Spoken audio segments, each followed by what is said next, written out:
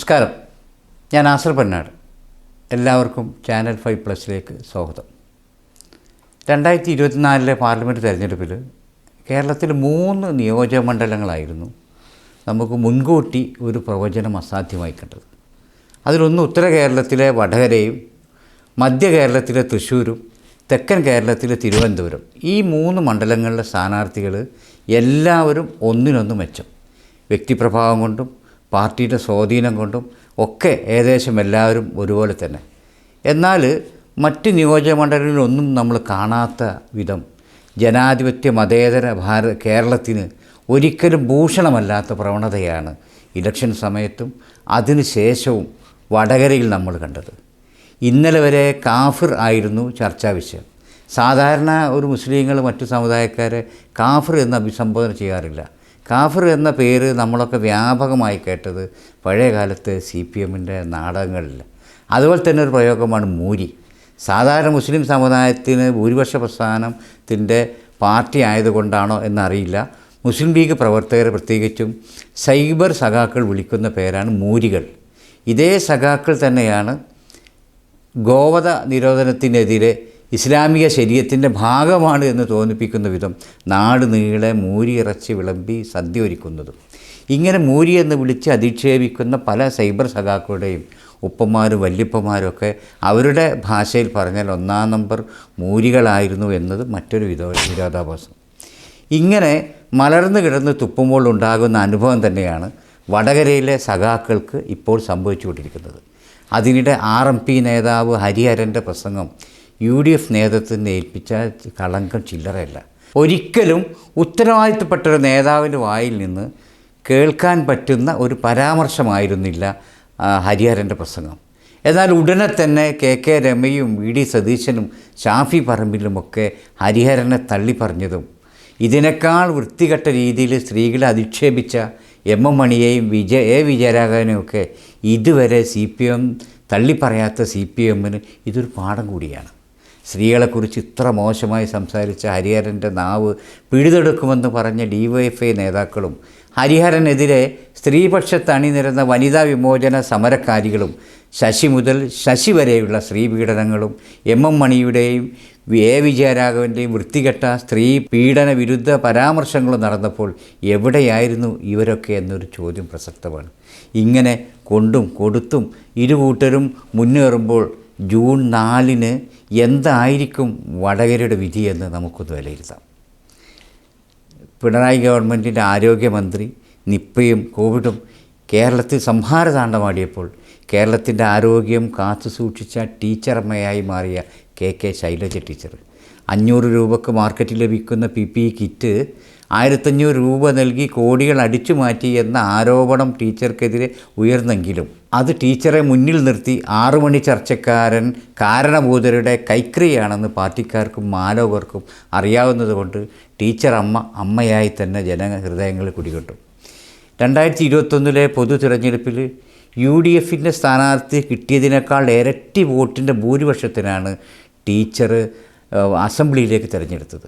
പണ്ട് KR ഗൗരിയമ്മക്ക് മുഖ്യമന്ത്രി സ്ഥാനം വാഗ്ദാനം നൽകിയതുപോലെ 2ാം പിണറായി ഗവൺമെൻറ്റിൽ 1ാമത്തെ മന്ത്രിയായി ശൈലജ ടീച്ചർ വരുമെന്ന പ്രതീക്ഷയെ തച്ചു തകർത്തുകൊണ്ട് ശൈലജ ടീച്ചറെ മൂലക്കിരുത്തി കഴിവും കാര്യശേഷിയും പരിചയമില്ലാത്ത കുറച്ച് ടീമിനെ മാത്രം കുത്തി നിറച്ച 2ാം പിണറായി സർക്കാർ നിലവിൽ വന്നപ്പോൾ പ്രതിഷേധിക്കാൻ അവകാശമില്ലെങ്കിലും പ്രതിഷേധവും സങ്കടവും ഉള്ളിലൊതുക്കി കഴിയുന്ന ടീച്ചർക്ക് കിട്ടിയ അംഗീകാരമായിരുന്നു കൈമോശം വന്ന വടകര സീറ്റ് തിരിച്ചു പിടിക്കാനുള്ള പാർട്ടിയുടെ സ്ഥാനാർത്ഥി പ്രഖ്യാപനം. ഇതിൽ നല്ലൊരു സ്ഥാനാർത്ഥിയെ CPMന് വടകരയിൽ മത്സരിപ്പിക്കാൻ കിട്ടുകയില്ല. സിറ്റിംഗ് MP K മുരളീധരനോട് മുന്നണിക്കുള്ളിലുള്ളവർക്ക് തന്നെയുള്ള അതൃപ്തിയും ടീച്ചറമ്മയുടെ ജനസമ്മതിയും ഈ തെരഞ്ഞെടുപ്പിൽ ഏറെ ഗുണം ചെയ്യുമെന്ന് കരുതിയിരിക്കുമ്പോഴാണ് അപ്രതീക്ഷിതമായി പാലക്കാട് നിന്നും ഷാഫി പറമ്പിൽ വടകരയിൽ സ്ഥാനാർത്ഥിയായി വരുന്നത്. പാലക്കാട് നിന്നുള്ള യാത്രയപ്പം വടകര നൽകിയ അതിഗംഭീരമായ സ്വീകരണവും ആരെയും കയ്യിലെടുക്കുന്ന വശീകരണ ശക്തിയും ഷാഫിയെ പെട്ടെന്ന് തന്നെ വടകരയുടെ പ്രിയപ്പെട്ടവനായി മാറ്റി. CPMൻ്റെ പതിവ് ഇലക്ഷൻ തന്ത്രങ്ങളും പ്രചരണ സംവിധാനങ്ങളൊക്കെ ഷാഫിയുടെ നീക്കങ്ങൾക്കനുസരിച്ച് മാറ്റേണ്ടി വന്നു. ആര് ജയിക്കും ആര് തോൽക്കും എന്ന് മുൻകൂട്ടി പ്രവചിക്കാൻ കഴിയാത്ത അതിശക്തമായ പോരാട്ടം കേരളത്തിലെ ഏറ്റവും വീറും വാശിയുമുള്ള നിയോജകമണ്ഡലം വടകരയായി മാറി. ഇലക്ഷൻ സമയത്ത് വടകര പാർലമെൻറ്റ് മണ്ഡലത്തെക്കുറിച്ച് ചാനൽ 5+ൻ്റെ ചർച്ചയിൽ, ഇലക്ഷൻ വിലയിരുത്തിയ ചർച്ചയിൽ ഒരു ചെറിയ ഭൂരിപക്ഷത്തിന് ഷാഫി പറമ്പിൽ ജയിക്കാൻ സാധ്യതയുണ്ട് എന്നായിരുന്നു എൻ്റെ പ്രവചനം. പക്ഷേ 100% ഷാഫി ജയിക്കും എന്ന് പറയാൻ പറ്റുന്ന ഒരു സാഹചര്യം സത്യത്തിൽ അന്നില്ലായിരുന്നു. എന്നാൽ ഷാഫിയുടെ പ്രചരണ തന്ത്രങ്ങൾ കണ്ട് സമനില തെറ്റിയ ടീച്ചറും പാർട്ടിയും സ്വയം തോൽവിയുടെ കുഴിവെട്ടുകയായിരുന്നു. ഷാഫിയുടെ ആൾക്കാർ തൻ്റെ മോർഫ് ചെയ്ത വീഡിയോ വരെ പ്രദർശിപ്പിക്കുന്നു എന്ന് പറഞ്ഞ് കണ്ടമിടറി കണ്ണ് നിറഞ്ഞ് ടീച്ചറുടെ പത്രസമ്മേളനം കണ്ടാൽ ആരുടെയും മനസ്സലിയുമായിരുന്നു. ഞാൻ പരാതി നൽകിയിട്ടും കേരളത്തിലെ പോലീസ് അതിനെതിരെ ഒരു നടപടി പോലും എടുത്തില്ല എന്നും കൂടെ ടീച്ചർ അവിടെ കൂട്ടിച്ചേർത്തു. അധികം വൈകാതെ തന്നെ പൊട്ടിച്ചിരിച്ചുകൊണ്ട് ടീച്ചറുടെ 2ാം പത്രസമ്മേളനം വന്നു. ഏത് വീഡിയോ? ഞാൻ അങ്ങനെ ഒരു വീഡിയോയെക്കുറിച്ച് പറഞ്ഞിട്ടേ ഇല്ല. ഞാൻ പറഞ്ഞത് മോർഫ് ചെയ്ത ഫോട്ടോയെക്കുറിച്ചാണ്. അന്ന് കണ്ണ് നിറഞ്ഞത് കണ്ണിൽ പൊടി നിറഞ്ഞത് കൊണ്ടാണ്. അതോടെ ടീച്ചറും പാർട്ടിയും എങ്ങോട്ടാണ് നീങ്ങുന്നതെന്ന് വടകരയിലെ ജനങ്ങൾക്ക് ബോധ്യമായി. ഈ ആധുനികത്തിൽ വ്യാജ വീഡിയോ നിർമ്മിച്ച് പ്രചരണം നടത്തിയവരെ സ്വന്തം പാർട്ടിക്കാരല്ലെങ്കിൽ, അതിവിടെ എടുത്തു പറയണം കേട്ടോ, സ്വന്തം പാർട്ടിക്കാരല്ലെങ്കിൽ തെളിവ് സഹിതം കയ്യോടെ പിടിക്കാൻ ഒരു നിമിഷം മതി പിണറായി ഗവൺമെൻറ്റിൻ്റെ പോലീസിനും സൈബർ വിങ്ങിനും. അതുപോലെ തന്നെ അതിനിടയ്ക്ക് ബോംബുണ്ടാക്കുന്നതിന് അബദ്ധത്തിൽ ബോംബ് പൊട്ടി പാനൂരിലെ ഒരു DYFIക്കാരൻ മരണപ്പെടുകയും നിരവധി DYFI പ്രവർത്തകർക്ക് പരിക്കേൽക്കുകയും ചെയ്തു. എന്തിനാണ് ഈ സമയത്തൊരു ബോംബുണ്ടാക്കിയത്? അത് ഷാഫിക്കെതിരെ എറിയാനാണോ? ചന്ദ്രശേഖരനെ കൊന്ന കൊലയാളികൾ വന്ന വാഹനത്തിന് മാഷാ അള്ളാഹ് സ്റ്റിക്കർ ഒട്ടിച്ച് അതൊരു മുസ്ലിം തീവ്രവാദികൾ ചെയ്തതായി ചിത്രീകരിച്ചതും, അതേപോലെ തന്നെ പെരുന്നാൾ ദിവസം ഫൈസലിനെ അതിക്രൂരമായി കൊല ചെയ്ത് രക്തം പുരണ്ട വസ്ത്രം അമ്പലമുറ്റത്ത് കൊണ്ടിട്ട് അത് ഈ ഹിന്ദുക്കൾ ചെയ്തതായി ചിത്രീകരിക്കാനും ചെയ്ത CPMൻ്റെ കളി അറിയുന്ന ആളുകൾക്ക് വളരെ വ്യക്തമായിട്ട് ഈ CPMൻ്റെ ഈ ബോംബ് സ്ഫോടനത്തിന് പിന്നിൽ എന്താണ് ഉണ്ടായിരുന്നത് എന്ന് ചിന്തിക്കാൻ കഴിയുമായിരുന്നു. ജീവൻ രക്ഷാപ്രവർത്തനവും അതുപോലെ തന്നെ ജയരാജൻ്റെ ബോംബ് നിർമ്മാണ ഫാക്ടറിയൊന്നും ഒക്കെ വടകരയിലെ വോട്ടർമാർക്ക് അത്ര രസിച്ചില്ല. അതിനിടെ ഇലക്ഷൻ പ്രചരണത്തിൻ്റെ ഭാഗമായി കുറേ മുസ്ലിം പെണ്ണുങ്ങൾ മുന്നിൽ നിരന്നുകൊണ്ട് എണ്ണാമെങ്കിൽ എണ്ണിക്കോ, ഇത് തൊഴിലുറപ്പ് തൊഴിലാളികളല്ല, സ്ത്രീകളല്ല എന്ന് പറഞ്ഞുകൊണ്ടുള്ള ഒരു മുദ്രാവാക്യം നമ്മളൊക്കെ കണ്ട, അതിൻ്റെ വീഡിയോ കണ്ടത്.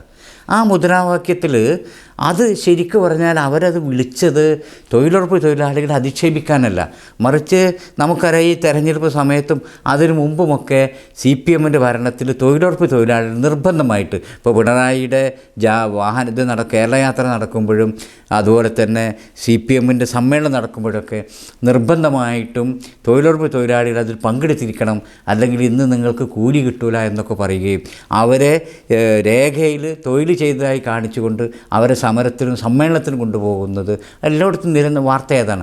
ആ തൊഴിലാളികളല്ല, അങ്ങനെ കൂലിക്ക് കൊണ്ടുവന്ന തൊഴിലാളികളല്ല എന്നാണ് അവിടെ മുദ്രാവാക്യം വിളിച്ചത്. പക്ഷേ അതിന് നേരെ തിരിച്ച് ഇത് തൊഴിലുറപ്പ് തൊഴിലാളികൾ വളരെ മോശമായി ചിത്രീകരിച്ചു, മറ്റുള്ളവർ ബൂർഷ്വാസികളാണ്, അവർ അങ്ങനത്തെ ആളുകളാണ് എന്നൊക്കെ പറഞ്ഞിട്ട് അതിന് നേരെ തിരിച്ച് മറ്റൊരു വർഗീയ നിറം കൊടുക്കാനും കൂടെ ടീച്ചർ ശ്രമിച്ചു.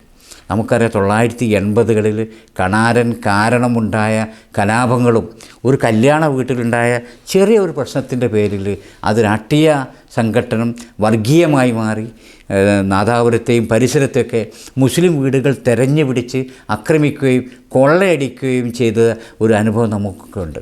അതിലേക്കും കൂടെ വിരൽ ചൂണ്ടുന്ന രീതിയിലായിരുന്നു കഴിഞ്ഞ ഇലക്ഷൻ സമയത്തെ CPMൻ്റെ പല പ്രവർത്തനങ്ങളെന്ന് പറയാതിരിക്കാൻ വയ്യ. എന്തു നുണയും മുഖത്ത് നോക്കി പറയാൻ മടിയില്ലാത്ത പിണറായിയുടെ നിരയിലേക്ക് ടീച്ചർ അമ്മ കൂടെ ഉയർന്നു. പിന്നീട് അങ്ങോട്ട് RSSനെ തോൽപ്പിക്കുന്ന വിധത്തിലുള്ള വിഷം ചീറ്റുന്ന മതധ്രുവീകരണത്തിനാണ് CPM വടകരയിൽ ശ്രമിച്ചത്. തൻ്റെ വിവാഹ ദിവസം 2 ഹൈന്ദവ സഹോദരികൾക്ക് ഭാഗ്യം നൽകിയ ആളാണ് ഷാഫി പറമ്പിൽ. അതുപോലെ തന്നെ CPMൻ്റെ ഉരുക്കുകോട്ടയാണ് പാലക്കാട്. ഒരു കാലത്ത് CPMൻ്റെ ഉരുക്കുകോട്ടയായിരുന്ന പാലക്കാട് 3 തവണ തുടർച്ചയായിട്ട് ഷാഫി പറമ്പിൽ ജയിക്കുന്നത് നമ്മൾ കണ്ടു. കഴിഞ്ഞ 2 അസംബ്ലി തെരഞ്ഞെടുപ്പിലും അവിടെ ശരിക്കും CPMുമായിട്ടായിരുന്നല്ലോ മത്സരം. 1ാം സ്ഥാനവും 2ാം സ്ഥാനത്തിനു വേണ്ടി BJPയും ഷാഫി പറമ്പിലുമായിരുന്നു മത്സരം.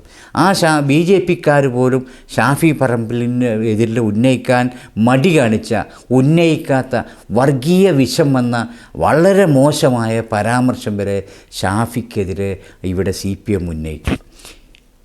ഷാഫിയെ കണ്ടവർക്കും ഷാഫിയെ അറിഞ്ഞവർക്കും ഷാഫി ഒരിക്കലും തന്നെ ഇങ്ങനെ ഒരു പരാമർശം ഷാഫി 2 വോട്ടിന് വേണ്ടി ചെയ്യില്ല എന്ന് എല്ലാവർക്കും ബോധ്യമാണ്. അത് വടകരക്കാർക്കും ബോധ്യമായ കാര്യമാണ്. പാർട്ടി വാട്സപ്പ് ഗ്രൂപ്പിൽ നിന്ന് ചോർന്നു പോയ ഒരു പാർട്ടി സഖാവിൻ്റെ സംസാരം നമ്മളൊക്കെ കേട്ടു. അവർ പറഞ്ഞത്, നമ്മൾ വോട്ട് ലിസ്റ്റ് കൊണ്ടുകൊടുക്കാൻ പോകുമ്പോൾ വോട്ട് വാങ്ങാൻ പോലും നമ്മുടെ സഖാക്കളായ സ്ത്രീകൾ പോലും കത്ത് വാങ്ങാൻ പോലും തയ്യാറാകുന്നില്ല, അത് തിണ്ണയിൽ വെച്ചോളൂ, മതിലിൽ വെച്ചോളൂ എന്നൊക്കെ പറഞ്ഞ് അകറ്റി നിർത്തുകയാണ് എന്ന് ഒരു പാർട്ടി സഖാക്കൾ പോലും പറയാൻ തുടങ്ങി. അങ്ങനെ CPM ചെഞ്ചായത്തിൽ മുക്കി വിതരണം ചെയ്ത കാളകൂട വിഷം വടകരക്കാർക്ക് ഏറ്റിട്ടില്ല എന്ന് തന്നെ പറയാം. CPMൻ്റെ വർഗീയ പ്രചരണവും ടീച്ചറുടെ കള്ള പ്രസ്താവനകളും വടകരയിൽ മാത്രമല്ല, മറ്റ് നിഷ്പക്ഷമതികളായ വലിയൊരു വിഭാഗത്തിൻ്റെ വോട്ട് കേരളത്തിലെ മറ്റ് നിയോജകമണ്ഡലങ്ങളും കൂടെ CPMനെതിരെ തിരിയാൻ കാരണമായി. ചുരുക്കി പറഞ്ഞാൽ 4-ാം തീയതി വോട്ടെണ്ണി കഴിയുമ്പോൾ വടകരയിലെ ഫലം നമ്മളൊക്കെ കണക്കൂട്ടിന് അപ്പുറത്തേക്കുള്ളൊരു ഫലമായിരിക്കും വരാൻ പോകുന്നത്. വടകരയിലെ 7 നിയോജകമണ്ഡലം നമുക്കറിയാം. 7 മണ്ഡലങ്ങളിൽ 2 മണ്ഡലങ്ങളിലേക്ക് ബാക്കി 5 മണ്ഡലങ്ങളിലും അസംബ്ലി മണ്ഡലങ്ങൾ CPM മൃഗീയ ഭൂരിപക്ഷത്തിന് ജയിച്ച മണ്ഡലങ്ങളാണ്. ആ മണ്ഡലങ്ങളിൽ, ആ നിയോജകമണ്ഡലങ്ങളിൽ മട്ടന്നൂർ ഒഴികെയുള്ള 6 നിയോജകമണ്ഡലങ്ങളിൽ നിങ്ങൾ എഴുതി വെച്ചോളൂ. ഈ 6 നിയോജകമണ്ഡലങ്ങളിലും ഷാഫി പറമ്പിൽ വൻ ലീഡ് നേടും. അങ്ങനെ എൻ്റെ വ്യക്തിപരമായ എൻ്റെ വിലയിരുത്തലനുസരിച്ച് ഇവിടെ ഒരു ആരോഗ്യകരമായ മത്സരമായിരുന്നു വടകരയിൽ നടന്നത് എങ്കിൽ ഷാഫി 10,000-ൽ താഴെ വോട്ടിന് മാത്രമേ ജയിക്കുമായിരുന്നുള്ളൂ. എന്നാൽ ഇപ്പോൾ ഈ പ്രചരണങ്ങളും ടീച്ചറുടെ ഇതൊക്കെ തന്നെ സാധാരണ ജനങ്ങൾക്ക് മനസ്സിലായതും, അതുപോലെ തന്നെ നമ്മുടെ TP ചന്ദ്രശേഖരൻ്റെ വധവുമായി ബന്ധപ്പെട്ട പുതിയ കോടതി വിധിയും ഇതെല്ലാം കൂട്ടി വായിക്കുമ്പോൾ ഒരു കാര്യം ഉറപ്പാണ്, ഷാഫി പറമ്പിൽ ഒരു 70,000-ൻ്റെയും 1,20,000-ൻ്റെയും വോട്ടിൻ്റെ ഭൂരിപക്ഷത്തിന് ജയിക്കുക തന്നെ ചെയ്യും.